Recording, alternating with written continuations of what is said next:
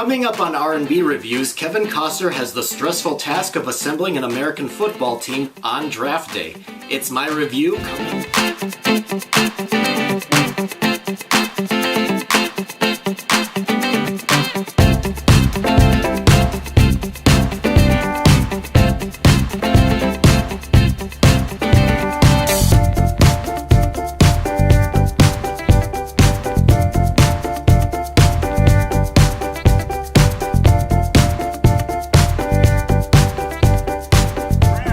History in the making.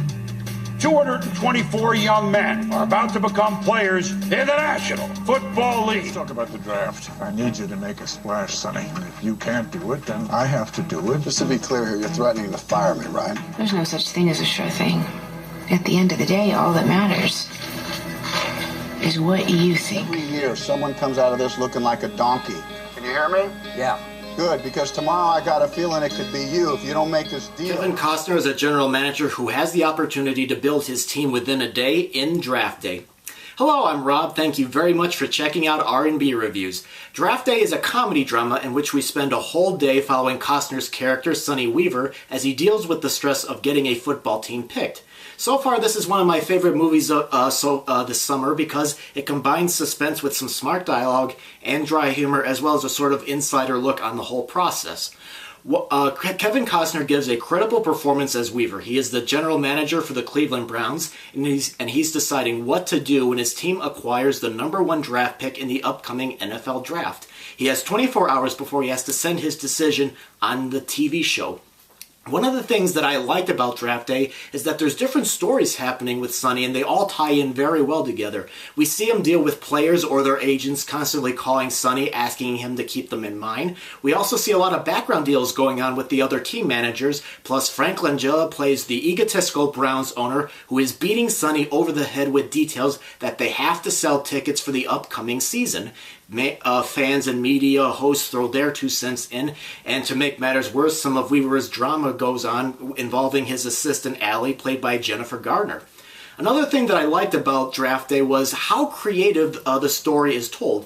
For example, whenever Sonny is talking with other characters on the phone, instead of just, cutting to the character, it's told sort of like in a comic book style that you would see with a lot of the comic book films. Like, for example, there would be 2 characters talking almost like in split frame, but they would in the boxes, but the characters would kind of, be facing each other. Sonny, I'd like to congratulate you. I asked you to make a splash, and you did.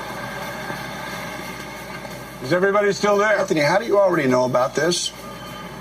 What can I tell you, my boy? It's good to be the owner. If this had been done the usual way where they would just cut back and forth the whole time, I think it would have gotten very tiresome. And this method I thought was used very well when characters are discussing topics, for example, like the history of football or, the Cleveland Browns and all that.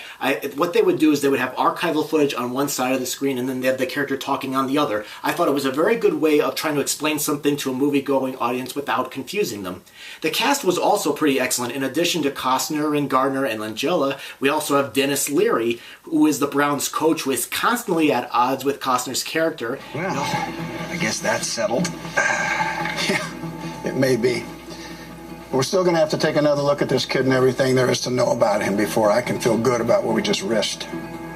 Meaning all of our jobs. We also have Chadwick Boseman, who plays a somewhat egotistical potential draft, who's kind of the exact opposite of the modest Jackie Robinson he played last year in the biopic 42.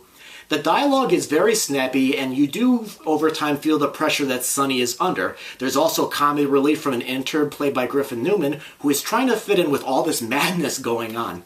If there is a problem with Draft Day, for me, it was that I did not always understand the football jargon that was being used by the managers during the deals, and Ellen Burstyn, who plays Sonny Weaver's mother, wants to have a memorial for her husband on that particular day. Now, the husband was a former coach for the Cleveland Browns, and you'd think that with her son being the manager and it being draft day, you'd think, she would know better, but for some reason she didn't. Sold a cow for magic beans. How does the entire world already know about this, Mom? Because I just tweeted it. You're on Twitter?